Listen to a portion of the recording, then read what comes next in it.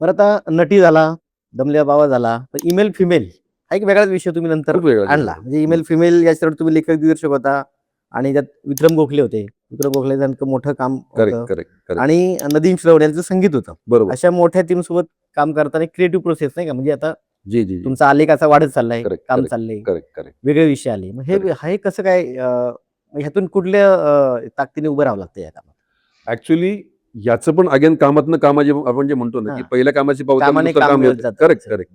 मी भोरला हं. माझा जो एडिटर मित्र आहे केतन माडीवाले, तो आमच्या दमले बाबाची कहाणी सिनेमाचा एडिटर. बरं.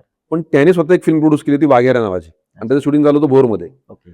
आणि एडिटिंग पण आमचं सायमल्टेनियसली तो करत होता. हं, हं, हं. तर तो दिवसा शूटिंग करायचा आणि मी रात्री एडिटिंग करायला जायचो भोरमध्ये. बरं. मी आणि माझी मिसेस भक्ती हं, हं. आम्ही भोरला पोहोचलो आणि एडिटिंग करता करता आम्ही जरा ब्रेक जेव्हा घ्यायचो ना, तेव्हा त्याच्या स्क्रीनवरती एक विंडो पॉप इन व्हायची अच्छा. आणि तो दाबायचा. ती परत पॉप इन व्हायची, तो परत दाबायचा. माझी मिसेस वॉशरूमला गेल्यानंतर मी पटकन म्हणलं, "काय दाबतो रे तू? काय लपवत?" म्हणलं. तो हसला. हां. म्हणलं, "शेवटी आता तुम्ही नका बघायला." म्हणलं, "का काय झालं?" त्याने मला ओपन केलं. तिकडे काहीतरी ना विचित्र ऑड मेसेज आला होता. तो जो हनी ट्रॅपवाला असतो ना, हो, हो. त्या टाईपचा. "हाय, आय एम फला-फला, you want to meet me" वगैरे, वगैरे. बरोबर, बरोबर. म्हणलं, "यार हे असं येतं?" हं, हं. म्हणलं, "हो, आता तुम्ही आहे कुठल्या जगामध्ये?" म्हणला. "हे डायरेक्ट इन्व्हिटेशन्स असतात" म्हणला. "पैसे द्यायचे, व्यवहार करायचा वगैरे, वगैरे. हं. वन नाईट स्टँडवाली गोष्ट असते." आयला म्हणलं, "हे भारी आहे गाड्या" म्हणलं एकदम. आणि मी शांत व्हालो. म्हणलं, "बंद करा आता." माझी मिसेस आली. आम्ही पुढचं काम संपवलं. भोर ते पुणे हं. मी ड्राईव्ह करत असताना माझ्या डोक्यात सतत तोच विचार चालू झाला. ती विंडो पॉपिन होते, विंडो पॉपिन होते. म्हणलं ह्याला जर एखादा मध्यमवर्गीय भाबडा माणूस जर फसला, हं, हं. तर त्याची स्टोरी काय असू शकते? नाही, घडतात ना अशा गोष्टी बऱ्याच. आणि ते कथा बीज मला तिथनं मिळालं आणि ती मी कथा लिहून पूर्ण केली. त्यावेळेस मी गोरेगावला राहायचो फिल्म सिटीच्या जवळ आणि मी अंघोळ करता करता बायकोला म्हणलं, "एक नाव लिही पटकन." दरवाजा उघडला बायको क्रिएटिव्ह प्लेस आहे ती. अंघोळ करताना बाथरूम. मी अंघोळ करता करता पाणी टाकतो बायकोला म्हणते, "नाव लिही जरा." ती म्हणली, "अरे कसलं नाव लिही?" तू फक्त एवढं लिही ईमेल फिमेल. हां. ते मेलच्या माध्यमातून आलेलं असतं ना, तर हां. ईमेल मधली फिमेल बरोबर. अशा अर्थाने ते नाव लिही म्हणलं. म्हणलं, "कसलं नाव आहे?" तुला गोष्ट सांगतो म्हणलं, "बस." हं. मी सर तुम्हाला खोटं वाटेल, अंग पुसून जसा बाहेर आलो आणि मी पत्नीला एक टाकी गोष्ट सांगितली, की शंतनू कुलकर्णी नावाचा एक व्यक्ती अमुक-अमुक होतं, तमुक-तमुक होतं आणि गंमत अशी होते, की तो त्या स्त्रीला भेटायला जातो आणि तिचा ऑलरेडी मर्डर झालाय.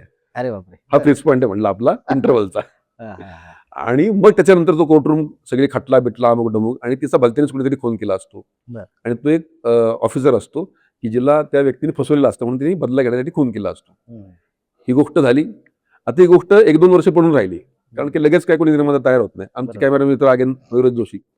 त्यांचे एक स्नेही मित्र शैलेश कोते आणि मनीष पटेल. ह्या दोघांनाच खूप दिवस सिनेमा करायचा होता. मी आधी निर्देशन त्यांना दिलं होतं. परंतु त्यांना गोष्ट पटत नव्हती.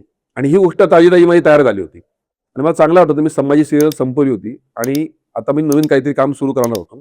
आणि जानेवारीमध्ये मला 18 साली जानेवारी 18 मध्ये मला त्यांनी फोन केला, की "योगेश या, जरा मीटिंग करायची." म्हटलं, "काय झालं?" "मी या तर खरं." आणि मग मी बसलो. पुण्यामध्येच त्यांचं सेडन कारचं शोरूम आहे. हं, हं. ते म्हणलं, "आपल्याला पिक्चर करायचा आहे." म्हटलं, "मागं पण तुम्ही असं म्हणलं होतं." "नाही, नाही खरंच करायचं आहे." म्हणलं, "कसं काय?" तर मयुरेशने मला गोष्ट सांगितली ईमेल फिमेल नावाची. म्हटलं, "मयुरेश काय गोष्ट सांगितली?" हां. तर मयुरेशने त्यांच्या पद्धतीने गोष्ट सांगितली होती. बरोबर. मग मी इन डिटेल एलॅबोरेट केली. मनीष पटेल, शैलेश कोते, महेश कोते, सुरेश कोते सगळे ती कोते फॅमिली सगळी रॉयल माणसं एकदम. त्यांनी ती गोष्ट ऐकली, डन, अप्रूव्ह. 3ऱ्या महिन्यात संदीपजी प्रोडक्शन एक्झिक्युशन सुरू झालं. बरोबर. आणि यू वोंट बिलीव्ह की अगेन तेव्हा सुद्धा त्यात एक आयटम सॉन्ग आहे मौसम मस्ताना वगैरे. हां, नदीम श्रवणपैकी श्रवणकुमार राठोड हां, हां. यांनी ते गाणं डिझाईन केलं बरं. अरे वाह! पहिल्यांदा मराठीत श्रवणकुमार राठोड यांनी गाणं केलं आणि ममता शर्मा म्हणजे आ अंटे अमलापुरे वगैरे साऊथची हो, गाणी हो. आहेत ना, त्या गाण्यांची सिंगर जी आहे ती सिंगर मराठीत त्यांनी आणली. क्या बात है! आणि ते गाणं बघाल ना तुम्ही आजही ते युट्यूबला आणि झी5 वरती आहे. झी5 ती पण फिल्म आहे email female. So 150 dancers normal आणि 50 कोरिओग्राफर्स त्या सगळ्या मॉलमध्ये आणि 2 दिवस गाणं आपण ते शूट केलं. बरं. प्रॉपर सेटअप बिटअप लावून. आणि त्या ग्रँज्युअरने ते पिक्चर शूट झालं आणि विक्रम गोखले चेहरे ऑन द टॉप जे आत्ता पण मगाशी तुम्ही प्रश्न विचारलात, की माझ्या डोक्यात कास्टिंग घोळत असताना शंतनू कुलकर्णी, निखिल रत्नबारकी, त्याचा मित्र कांचन बगारे, त्यांचा एक कलिग विजय पाटकर, हं. सुनील गोडबोले हे सगळं कास्टिंग होतं. पण मला तो ऑफिसर जो आहे, तो कोणतरी चांगला ऑफिसर मोठा काहीतरी कॅरेक्टर पाहिजे होतं. हं. मग माझ्या डोक्यात पक्क झालं, की विक्रम काका मला हवेत ह्या रोलसाठी. बरोबर. मी सहज गंमत म्हणून फेसबुकवरती एक पोस्ट टाकली होती, की असा रोल आहे, विक्रम काका चांगले वाटतील, नाना पाटेकर सर चांगले वाटतील, मोहन जोशी चांगले वाटतील, हा कोण चांगलं वाटेल. सगळ्यांचं एकमुखाने आलो, म्हणजे बाकीचे नट तर मोठे आहेत, मी त्यांचा आदर करतो, पण बऱ्याच जणांचं आहे ना वोट असं आलं ना की विक्रम गोखले. बरोबर. डन. तिकडे लॉक झालं आणि विक्रम काकांना मी 1 टाकी नरेशन जेव्हा दिलं, 7व्या मिनिटाला विक्रम काका म्हणले थांब. म्हणलं काय झालं काका, मला वाटलं काय चुकलं विकलं काय. बरं, विक्रम गोखलेंना नरेशन द्यायचं ना आज शेवटी. बरोबर आहे. हा. आणि ते म्हणजे थांब. म्हणलं काय झालं, काय चुकलं काय, मला भीती वाटायला लागली की नाही म्हणतात का काय. मी तुझं पिक्चर केलं. हा, माझ्या मनात उपळ्या बरोबर. की अरे विक्रम गोखले यार, विक्रम गोखले माझ्याबरोबर काम करणार. ते म्हटले मी फक्त माझ्या मॅनेजरशी बोलतो आणि तारखा मी त्याच्याकडनं घेणार आहे फक्त. म्हणलं सर पैसे, तुला काय करायचंय, पैसे मी EPC बोलेन तुझ्या, बरोबर. तुझी मला गोष्ट आवडली आहे आणि सगळ्यात महत्त्वाची तुझी भाषा आवडली. म्हटलं म्हणजे मी तुझी मराठी भाषा ऐकत होतो मित्रा, मी त्या जनरेशनचा आहे जिकडे भाषेला महत्व आहे, मी चंद्रकांत गोखलेंचा मुलगा आहे, लक्षात ठेव. बरोबर. त्यांनी सांगितलं की तू जनरेशन ज्या पद्धतीने दिलंस ना म्हणले, तर मला ते पात्र दिसलं आणि ते पात्र दिसत असताना मला दिसलं की मी ह्याच कुठे बीट बसतोय आणि जिकडे मी योग्य वाटतं ना ते मी काम स्वीकारतो, मग तिकडे मी पैसे बघत नाही. आणि म्हणलं सगळ्यात महत्त्वाची गोष्ट म्हणजे त्या कॅरेक्टरच्या तोंडातून तू सोशल मीडियाचा अतिरेक तुमच्या आयुष्यामध्ये काय गोंधळ निर्माण करू शकतो हे सांगणार आहेस ना. बरोबर आहे. म्हणलं येस सर. मग हाच मेसेज नाही का, हो. समाजसेवा प्रत्येक वेळी वेगळ्या स्टान्स घेऊन करायची नसते मित्रा. ते बरोबर. म्हणलं आपलं काम काय एंटरटेन करणं ना, पण त्या करमणुकीतनं प्रबोधन करतोस का तू, हे मला तुझं आवडलं म्हणून मी ते पिक्चर करणार आहे.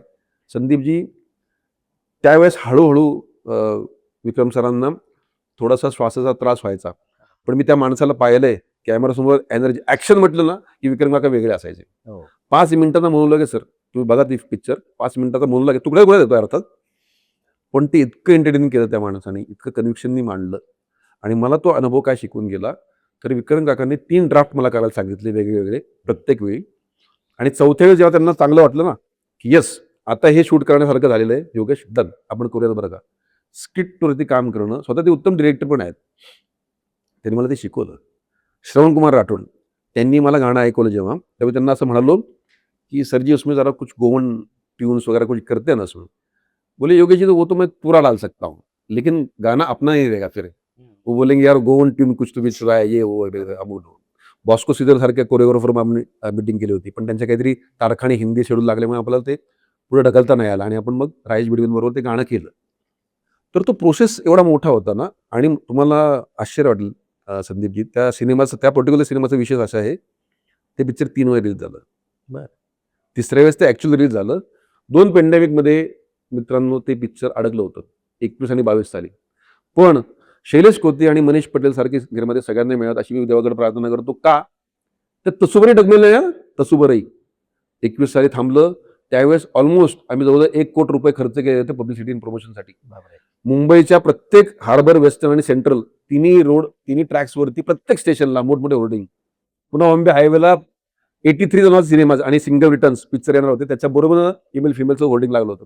मला खूप वाईट वाटलं होतं, डोळ्यात पाणी आलं होतं, कारण की मुंबईत लॉकडाऊन लागलं, आमची प्रेस कॉन्फरन्स होती आणि मी पुण्यात परत येत होतो. का तर आता सगळंच थांबलं होतं ना, ठप्प, सगळं ठप्प. आणि पुन्हा माझं घर असल्यामुळे मी तिकडे थांबणार होतो आणि मी येताना हायवेला ते बघत होतो. तर ते पिक्चर 3 वेळा रिलीज झालं संदीपजी, आणि तिसऱ्या वेळेस नंतर ते पिक्चर रिलीज झालं. तर असा तो मोठा अनुभव होता माझ्यासाठी 2 वर्षाचा इमेल फिमेलचा.